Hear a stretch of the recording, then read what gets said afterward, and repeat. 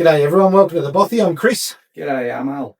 We're going to have a quick chat today, mate, about the Central West Orana Renewable Energy Zone. That's a mouthful. Yep. The 20,000 square kilometre renewable energy zone not far from Dubbo. 20,000 square kilometres, where it's being set up for primarily wind and solar projects to go into. Yep. And then there'll be a hub of transmission lines and it'll bring power back to New South Wales.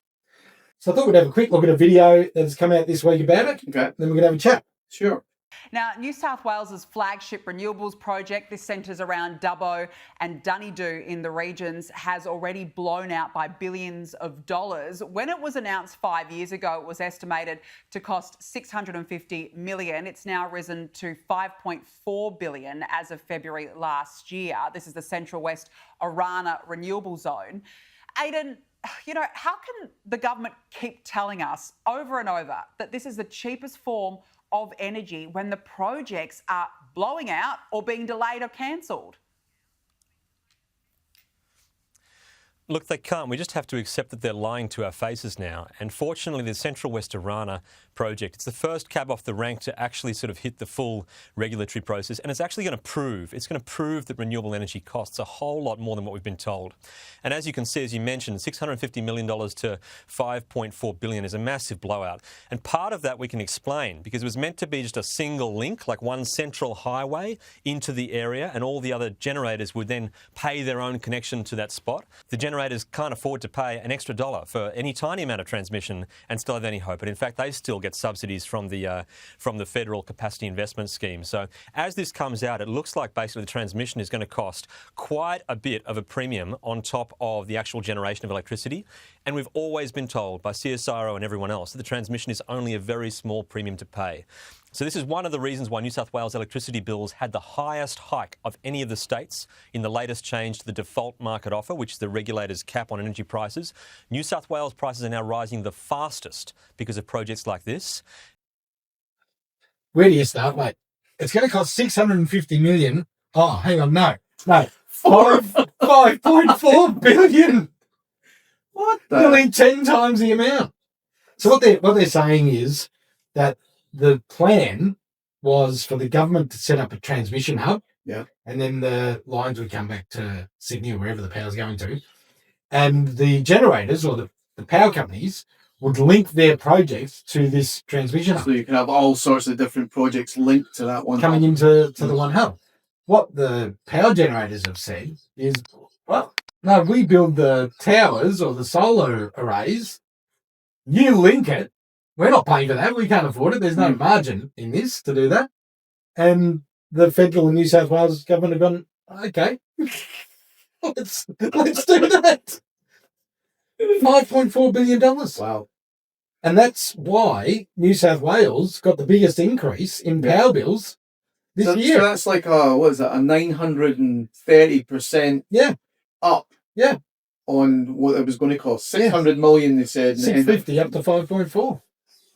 It's insane. You think, I mean, when the roads got blown out by like double. Yeah. And the tunnels always get blown out by double. But this one, takes the biscuit, isn't it? Yeah. Wow. There's one that we'll talk about on another video that I'm looking into at the moment in Victoria, where the budget has set aside $8 billion. And while they've been doing the planning, the costs have blown out to over $16 billion. So we'll talk about that one on another episode.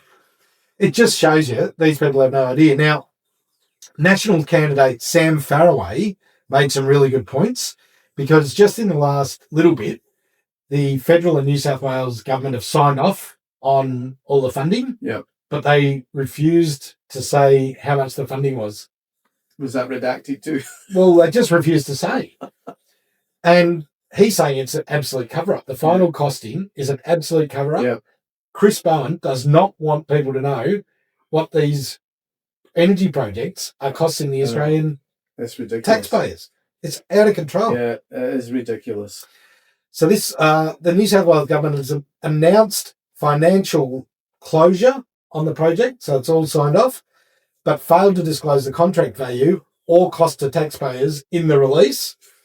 And the Australian Energy Regulator also reduced the capital cost from its latest revenue determination. Yeah.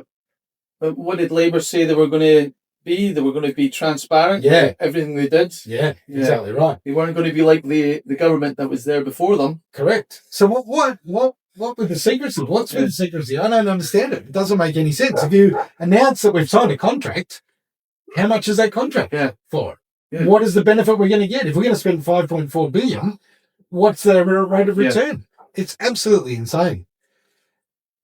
What Mr. Faraway did do is come up with a really good nickname for Chris Bowen. So we've got Dr. Evil. Yeah. Yep. Yeah. Remind everybody who the Dr. Evil is again. Dr. Jim Chalmers. Ah, Dr. Jim Charles. Mr. Faraway came up with a great nickname for Chris Bowen. Instead of Lord of the Rings, he's Lord of the Renewables. Because he just lords over everything and wastes everybody's money. We knew that this thing was blowing out. It actually blew out to $5.4 billion halfway through 2024. So God knows what it actually is now. I bet it's more than that now. But not one single figure shared with the public. People in New South Wales, let us know what you think, because at the end of the day, your power bills have just gone up, in some cases, 7 or 8 times more than other states from 1 July. In Victoria, it was only 1%. Our time's coming, obviously. In Queensland, it actually went backwards. Yeah. Interestingly, because they stopped some wind farm projects up there. But in New South Wales, you're pushing ahead really hard, and 6 to 8% is what this has gone up. This is the outcome. You're paying more. You've got to pay more for it. You won't know it because it'll be hidden in your fees and charges, but it's no good. Yeah. Bad. So let us know what you think. These renewable projects are pushing power prices up and therefore pushing your bills up. And it's being done by stealth. It's hidden in your bills. Thanks, everyone. See you guys. See ya.